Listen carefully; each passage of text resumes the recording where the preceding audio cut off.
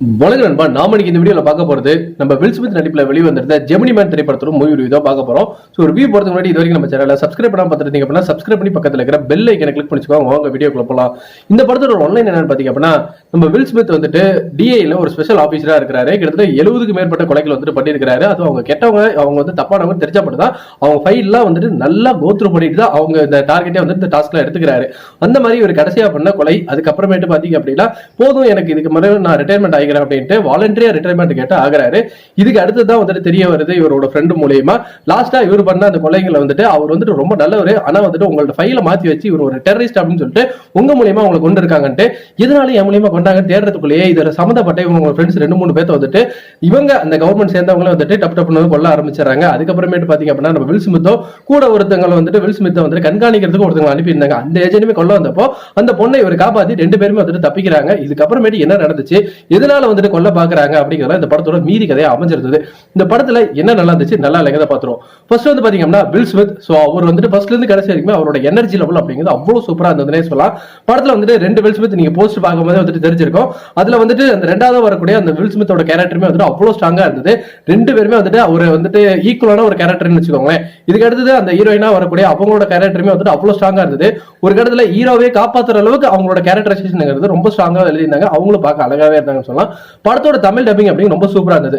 படத்தோட டெக்னிக்கல் சைடுன்னு எடுத்துக்கிட்டீங்கன்னா அவ்வளவு ஸ்ட்ராங்கான டெக்னிக்கல் சைடு, மேக்கிங்ல சினிமாட்டோகிராஃபி வந்துட்டு அவ்வளவு சூப்பரா வந்துட்டு பண்ணியிருந்தாங்க. உதாரணத்துக்கு சொல்ல போனோம் அப்படின்னா ஒரு பைக் சேஸ் ஒன்று இருக்கும். 2 பேருமே 2 வில்ஸ் வந்து பைக்ல சேஸ் பண்ணிக்கிற அந்த காட்சிகளை வந்துட்டு அற்புதமா வந்துட்டு எடுத்திருந்தாங்க.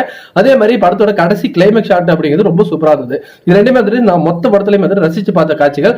இதுக்கு அடுத்தது பாத்தீங்க அப்படின்னா படத்துல வந்துட்டு கன் ஷாட்ஸ், ஏகப்பட்ட ஃபயர்ஸ் இது எல்லாமே இருந்தாலுமே படத்தை வந்துட்டு கோரா வந்துட்டு அந்த எமோஷன் பிளாட்ங்கிறது அவ்வளவு சூப்பரா வந்துட்டு ஒர்க் ஆயிருந்தது. அதே மாதிரி ஒரு கட்டத்துல அந்த ட்விஸ்ட் ரிவீல் பண்றது, அது தொடர்ந்து வரக்கூடிய காட்சிகள் அப்படிங்கிறதுமே வந்துட்டு ரசிக்க முடியாவே அமைஞ்சிருந்தே சொல்லலாம். இந்த கதை பார்க்கும்போது நம்ம இந்திரன் கதை லைட்டா ஞாபகம் தான் வருது. ஏன்னா வசி தான் உருவாக்குற ரோபோவே தன்னை எடுத்து நிற்கும் போது என்னென்ன வந்துட்டு அந்த ப்ரோக்ராம் பண்ணிருப்பாரு அவருக்கு தெரிய வரும். இருந்தாலுமே அவர்கிட்ட வந்துட்டு அந்த ரோபோவை கட்டுப்படுத்துறதுக்கு ரொம்ப கஷ்டமா இருக்கும். அதே மாதிரிதான் இதுலயுமே வந்துட்டு ஒரு பிளாட் சப்ளாட்ங்கிறது அமைஞ்சிருக்கும். அது நீங்க அந்த 2வது வில் ஸ்மித் என்ன ஏதுங்கிறத நீங்க படம் பார்க்கும் போது அந்த சுவாரஸ்யம் குறையாம இருக்கிறது அந்த ட்விஸ்ட் நான் ரிவீல் பண்ணாம இருக்குன்னு சொல்லலாம். சோ இப்போ இந்த படத்தோட குறைகள் எடுத்துக்கிட்டீங்க அப்படின்னா, நான் முன்னாடி சொல்லி இந்த மாதிரி படத்துல வந்துட்டு ஏகப்பட்ட அந்த கன் ஷாட்ஸ், ஃபயர் ஷாட்ஸ் எல்லாம் இருந்தாலுமே அது வந்துட்டு ஒரு கட்டத்துக்கு மேல வந்துட்டு நமக்கு தோய் உருவாகுது. அதே மாதிரி இவர் டிஏல எப்படி சேர்ந்தாரு, இவரோட ஃபேமிலி ஸ்டோரி எதுவுமே சும்மா வாய்ஸ்லயே போறதுனால பெருசா அந்த பேக் டிராப் எல்லாம் வந்துட்டு நம்ம வில் ஸ்மித்தை பத்தி தெரிஞ்சுக்காம போயிருச்சு. படமும் 2 மணி நேரத்துல முடிஞ்சிருச்சு. இன்னொரு 1/4 மணி நேரம் கொடுத்து இவர் எப்படி சேர்ந்தாரு, என்ன நடந்துச்சு, இவங்க ஃப்ரெண்ட்ஸ்ல என்னன்னு இன்னும் கொஞ்ச நேரம் காட்டியிருக்கலாமோ அப்படிங்கிற ஒரு எண்ணம் வரதா செய்யுது. மித்தபடி பாத்தீங்க அப்படின்னா நல்லா ஒரு பக்கா ஒரு ஆக்ஷன் ஒரு படம் பார்த்த மாதிரி தான் ஒரு ஃபீல் வந்து கொடுத்திருந்தது. இந்த ஜெமினி மேனை நாம இப்ப பாக்குறதுக்கு முக்கியமான காரணம் நம்ம தளபதி 68ஓட போஸ்ட் இப்ப ரிலீஸ் பண்ணிருந்தாங்க. சோ இது வந்துட்டு ஜெமினி மேன் படத்தோட ஒரு அபிஷியல் ரீமேக்கா இருக்கலாம், இல்ல அந்த படத்தோட தழுவலா இருக்கலாம் அப்படின்னு பேசிட்டு இருந்த இந்த காலகட்டத்துல சோ இந்த திரைப்படம் எப்படி இருந்தது அப்படிங்கறத பார்த்துட்டு உங்களுக்கு வந்து ரிவ்யூ கொடுத்தலாம்னு இந்த படத்தை வந்து ரிவ்யூ பண்ணிருந்தே சொல்லலாம். சோ ஆல்ரெடி நீங்க ஜெமினி மேன் பார்த்திருந்தீங்க அப்படின்னா உங்களுக்கு எப்படி இருந்தது நம்மளோட கமெண்ட் செக்ஷன்ல வந்து தட்டி விடுங்க. என்ன பொறுத்த வரைக்கும் வந்துட்டு ஒரு பக்கா ஆக்ஷனான படம் பார்த்த ஃபீல் வந்து கொடுத்திருந்தது.